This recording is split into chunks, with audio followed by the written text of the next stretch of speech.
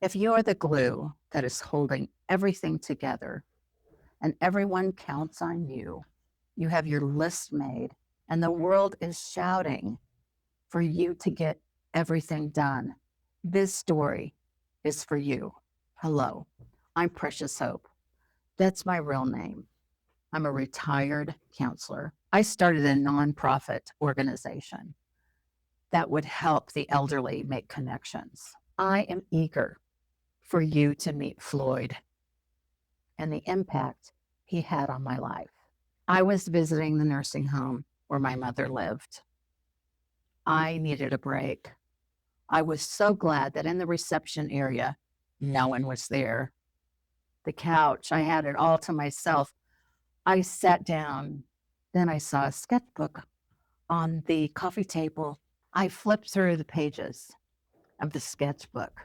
Oh, I was amazed at the animals.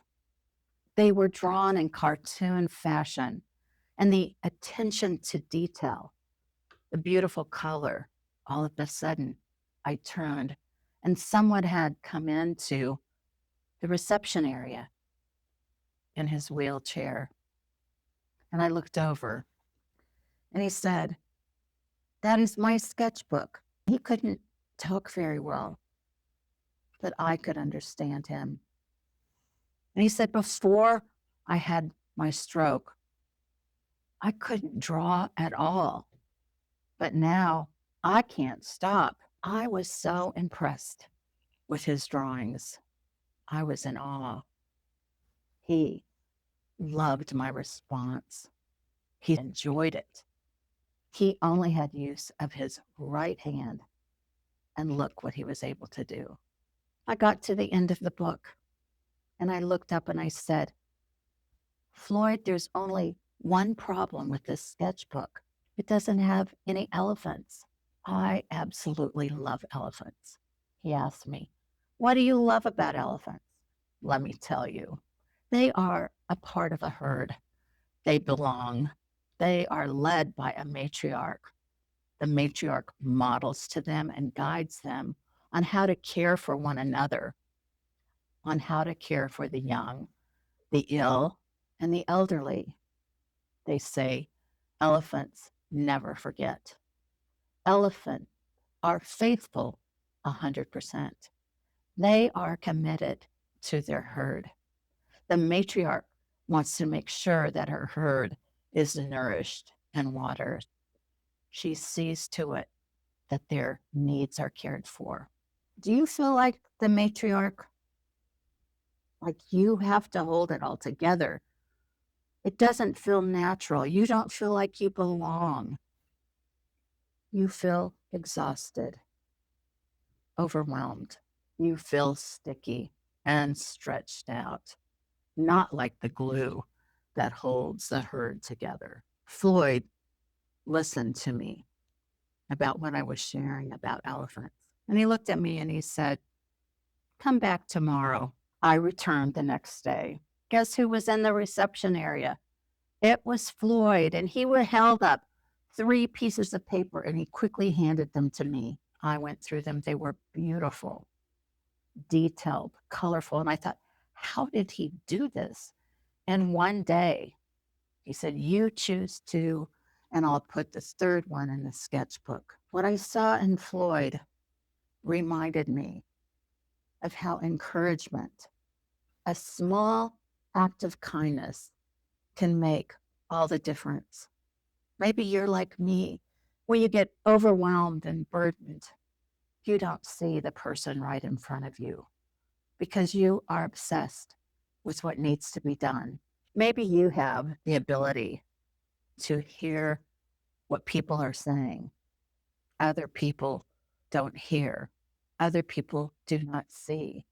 You feel all alone, like you've got to take this on, something you have to add to your list. I was so blessed that he would let me have 2 of these as he was holding the elephant pictures.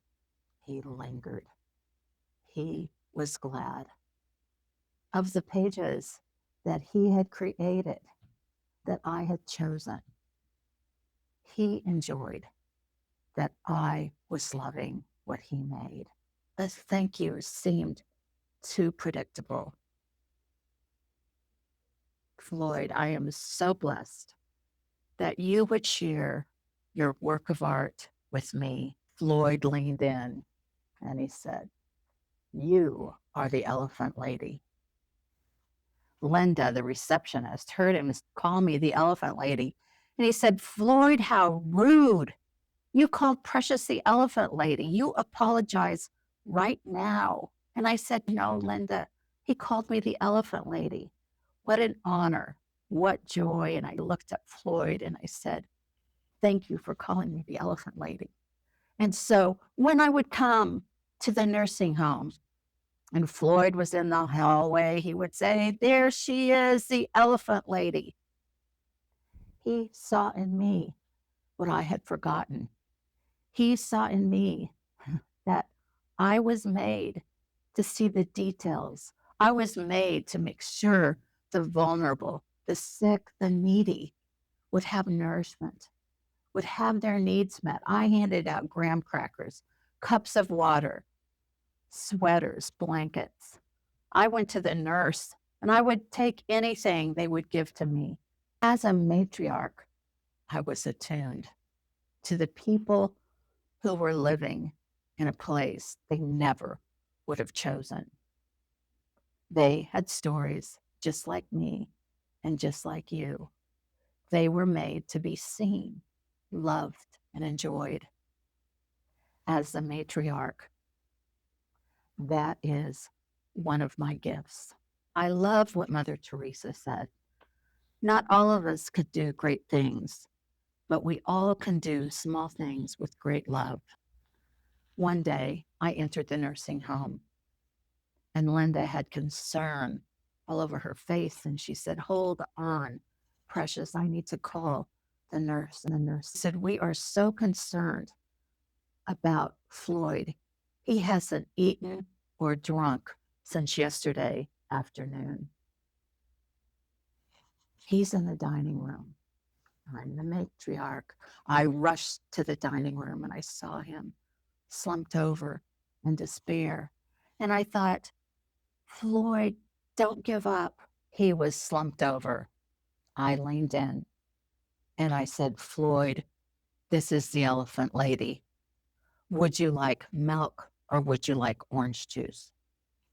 He sat up, looked at me, and he said, "Orange juice." He drank 2 cups of orange juice. See, I'm the matriarch. I want to make sure that the ill and the elderly are taken care of, that they have something to drink, and that they are nourished. The more I enjoyed what I did, the more I realized I didn't want to keep this to myself.